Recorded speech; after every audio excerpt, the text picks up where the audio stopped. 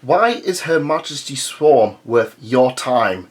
Join me and find out. Hello and welcome to that man, and welcome to Monster Girl Month. The month all about monster girls because they are slightly spooky. And today we have a light novel. And that light novel is Her Majesty Swarm, brought to us by J Novel Club. Her Majesty Swarm is an interesting title. I did pick it up quite some time ago because I got really into that time. I got reincarnated as a slime and I wanted more monster girls who were spiders. Except for creature girls. I will never ever forgive creature girls. And I was not disappointed. This is an isekai in which the main protagonist is an absolutely fantastic real-time strategy gamer. That's right, they are absolutely fantastic at playing a game very similar to Red Alert or Age of Empires or Warcraft 3. They're really good at it, and in fact they're super good at it.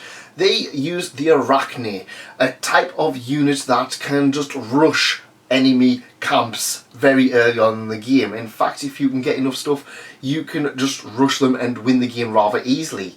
However, they can't really remember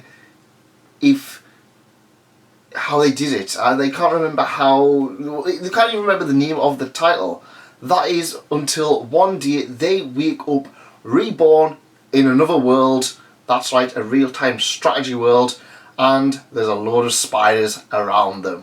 Now, these spiders they're calling her their queen. That's right, so they think that she is the queen of the arachnids, and she soon molds herself to fit in that particular role. Now, we've seen a lot of isekai around before. We've seen a lot of them where they just get reborn in a fantasy world. This is exactly like that. However, real-time strategy. This is all about another war. Think of it as a cross between Overlord meets Tanya the Evil. I think that's the easiest way to kind of go about it. Fantasy world, girl, war. We're kind of stretching it here, but yeah, that's the kind of what I moved into thinking the series was going to be about. And I really enjoyed this one. I honestly loved it. I knew going in that it was going to be absolutely brutal, and that was not a lie. The Queen, she is going to lead these spiders into a war, and the first people on her sights, well, she comes across an elven village, and these elves, they're getting harassed by slavers. Of course, slavers find that pretty young elf girls, they make a pretty penny. And the queen of the arachnids then saves the elves from that. A short, small skirmish breaks out, and yeah, the queen has plenty of meatballs ready to create more types of arachnids. That's right, so if you've ever played Age of Empires or if you've played Warcraft, you will know that food is an important resource. You create villages from meat. Very similar to this. Arachnids are created by meat. After taking on the slavers, well, rumours start going around that the elves are fighting back. They're getting a bit overpowerful. And, well, it's not long before the humans start knocking on the elves' door.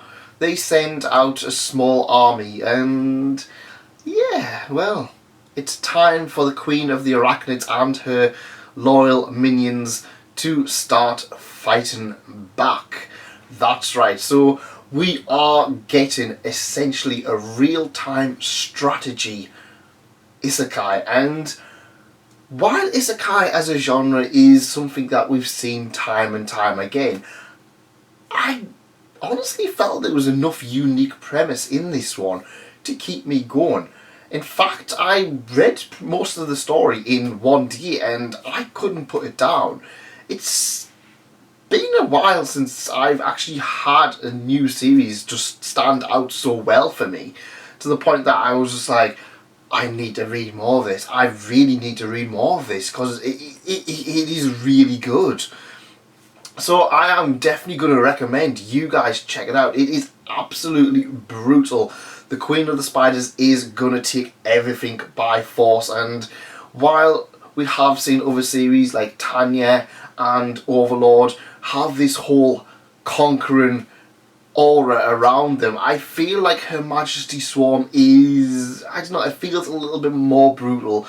We have characters that are getting built up and built up only to be killed off pretty much straight away, and this isn't necessarily heroes and powerful people. This is women, children, anything's on the menu for these spiders, and I really appreciated how they just didn't hold back with this one. I was really surprised at how it was just like, yeah, this is what we're setting out to do with this story, this is what's gonna happen, and I really enjoyed it for that. Now, for all of you Monster Girl fans, there is some interesting aspects with this one.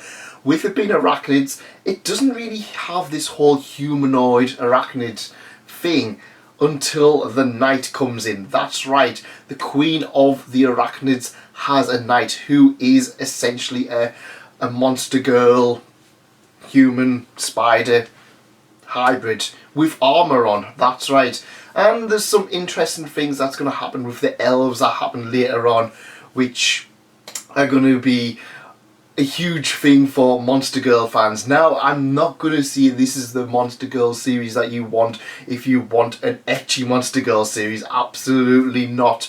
If you want an absolutely brutal Monster Girl series in which the Monster Girls reign supreme like Overlord, you're gonna get a great time out of this one, and I really will recommend it to those people who want something different.